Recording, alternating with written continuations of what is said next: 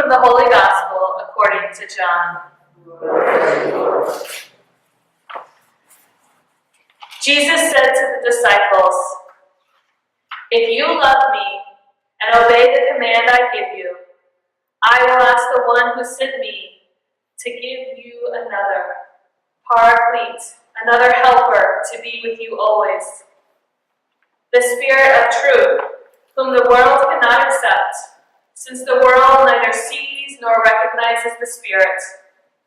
But you can recognize the Spirit, because the Spirit remains with you and will be within you. I will not leave you orphaned. I will come back to you. A little while now, and the world will see me no more. But you will see me, because I live, and you will live as well. On that day you will know that I am in God, and you are in me, and I am in you. Those who obey the commandments are the ones who love me, and those who love me will be loved by Abba God. I too will love them and will reveal myself to them." The Gospel of the Lord. Praise to you, Lord Jesus Christ. So today we hear the end of the conversation that began last week in the Gospel. In last week's Gospel, there was this conversation between Thomas and Philip and Jesus, or Thomas and Philip and all the disciples, and they were the vocal ones of it. Thomas had asked Jesus, "How will we know where we are going? How can we be sure that we are following a path that will lead to you and to the Father?" Jesus answered Thomas by reminding Thomas that he is the way, the truth, and the life, and that by following Jesus, Thomas would find the way. Philip apparently found this answer unsatisfactory and suggested that Jesus just showed them the Father, and then that would be enough. Jesus reminded Philip that seeing Jesus is the same as seeing the Father, that they are one and the same. And moreover, he reminded Philip and all the disciples that Jesus and the Father also lived in them, and that when Jesus returned to the Father, that the disciples would do the same works that Jesus did, and even greater ones.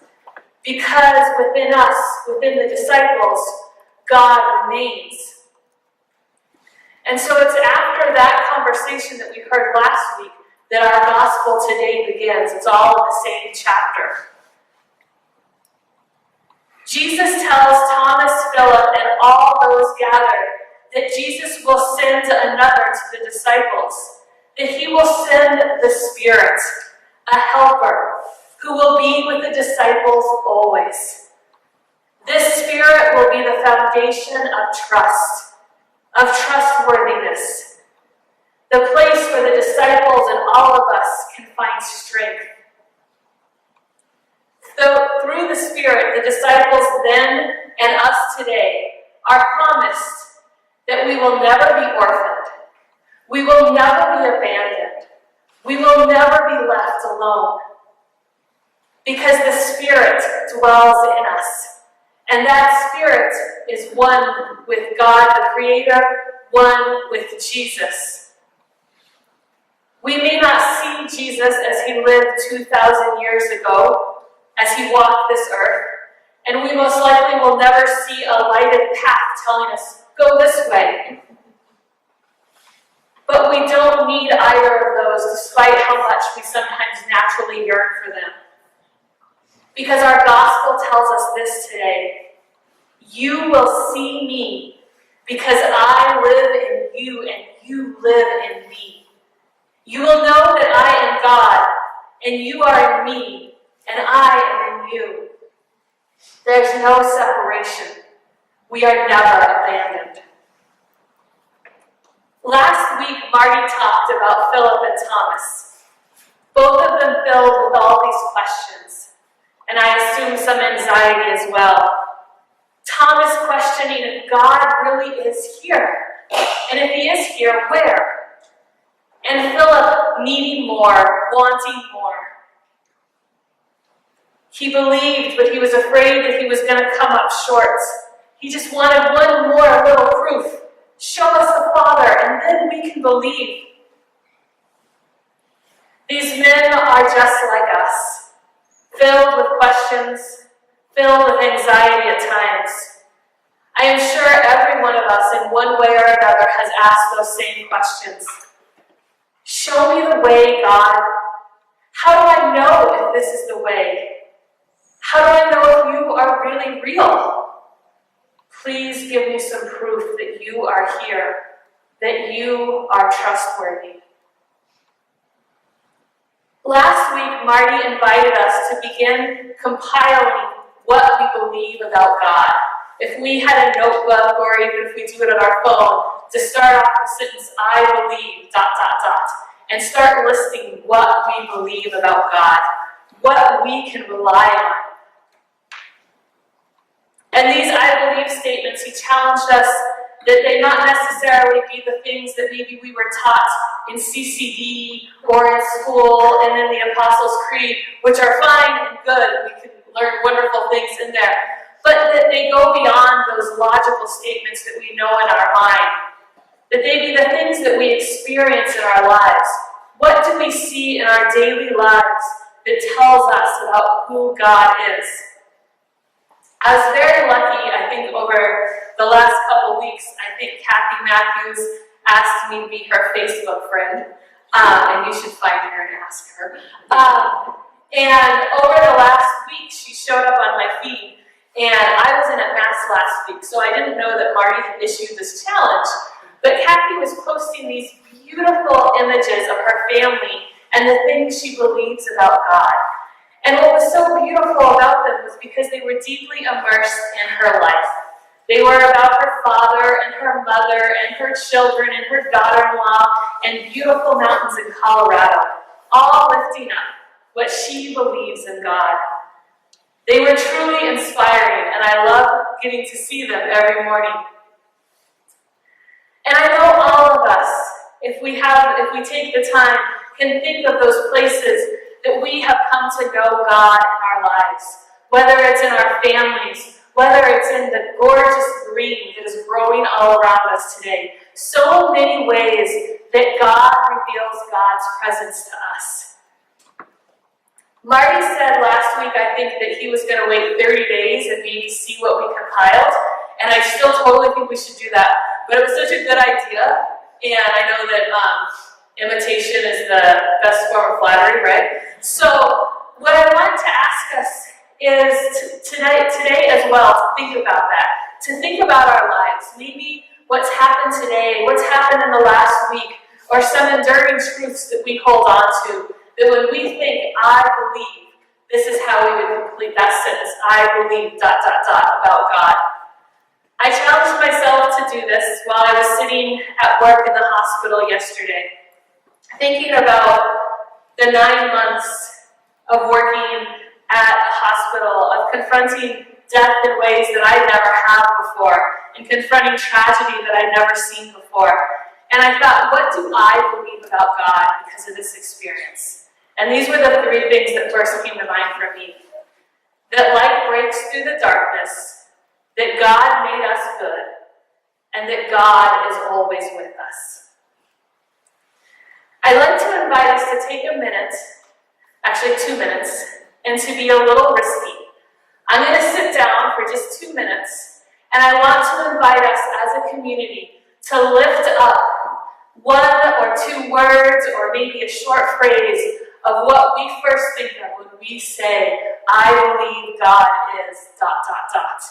And I just want us to take just a couple minutes in this beautiful Easter season to see what words and phrases might fill this space. So I'm going to sit down, and as many of you know, I'm an introvert too, and standing up here is really scary for me. So if your heart starts beating fast just when someone asks you to even speak, know that that's how I feel all the time too. So I invite us to just take a couple minutes of silence and let some words and phrases fill this space.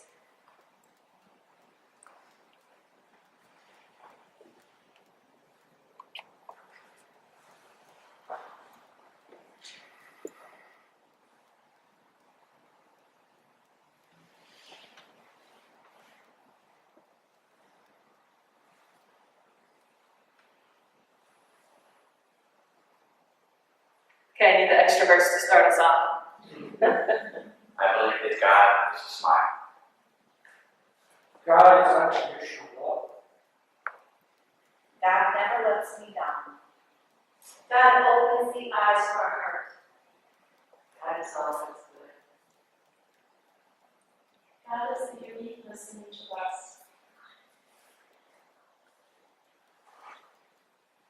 God speaks to me through other people. God is revealed in nature every day of our life. God is a favorite ocean to your best. God is a lover of lilies. God never abandons me. God is in our friendships.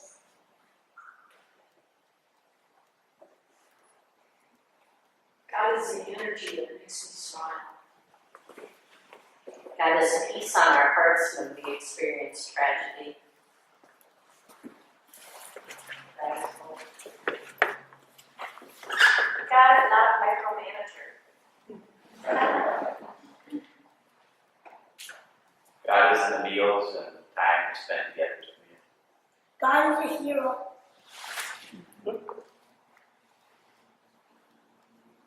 God is light and darkness.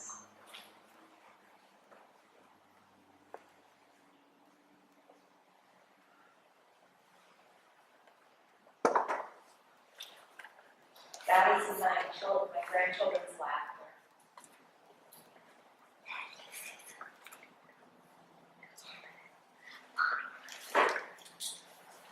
God speaks even in other people's anger.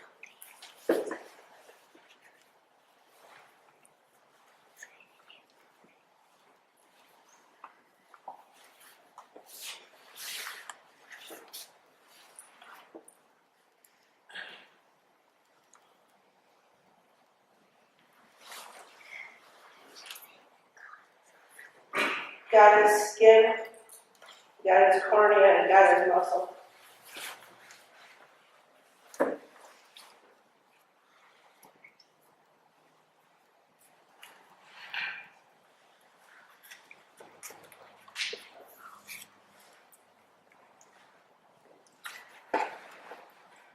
Thank you.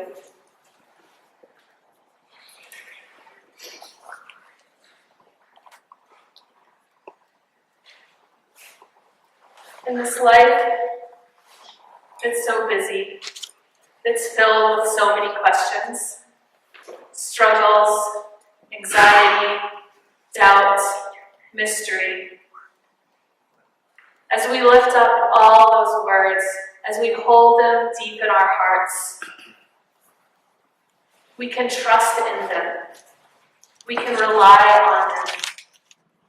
We can find the strength to know that we do not need to search to find God, that we do not need to worry that we might not know the way, that we do not need to wait for a heaven after earth and hope that we get in, but rather that all of this, all of the words that were spoken here and that we speak in our hearts and in our lives every day are of God.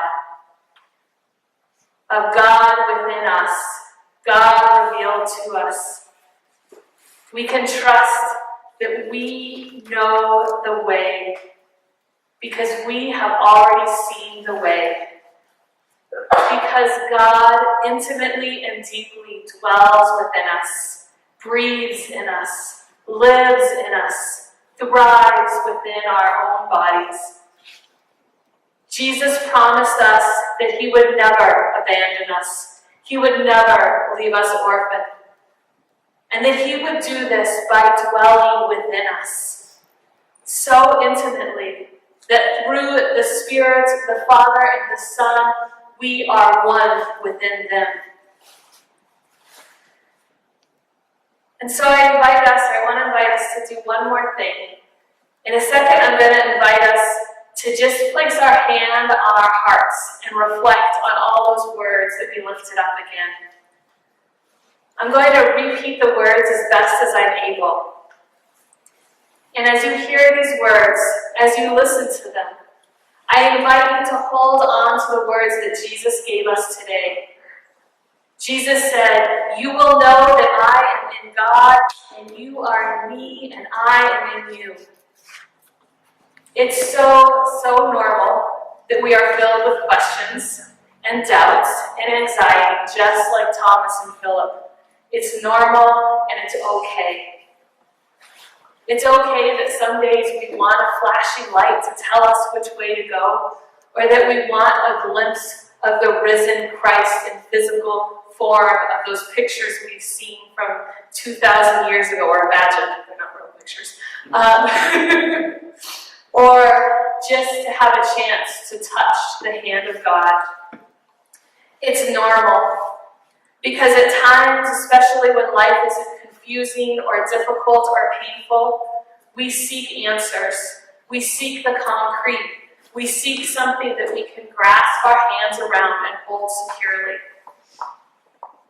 But what we know and what we are reminded throughout this Easter season, that through the resurrection, we are actually given all of this because we have Jesus deeply within us. There is no flashing sign outside of us, no physical body, but that's because it all points to the truth that Jesus, that God is deeply within us, that Jesus and His life dwell in us, that the Creator breathes our very breath, that the Spirit moves our very being. We are never alone. Never alone. All of those words that we lifted up is in us. And so I invite us to place our hands on our hearts, to listen to these words one more time,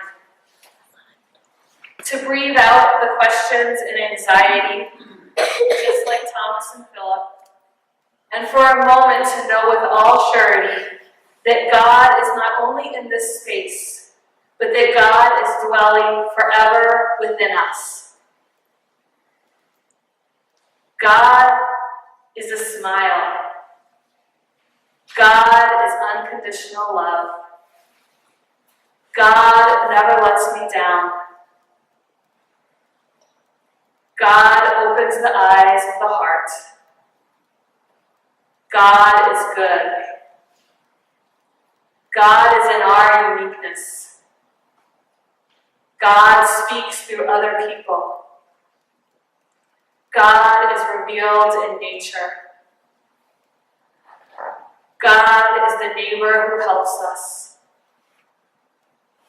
God is in the laughter of children. God never abandons us. God is in friendship. God is in the energy that makes us smile. God is in the peace during tragedy. God is hope. God is not a micromanager. God is in the meals and the time we spend as a community. God is our hero. God is in the light and darkness. God is in the laughter of grandchildren. God is even in others' anger. God is in our skin, our corneas, and our muscle. God is within us. Amen.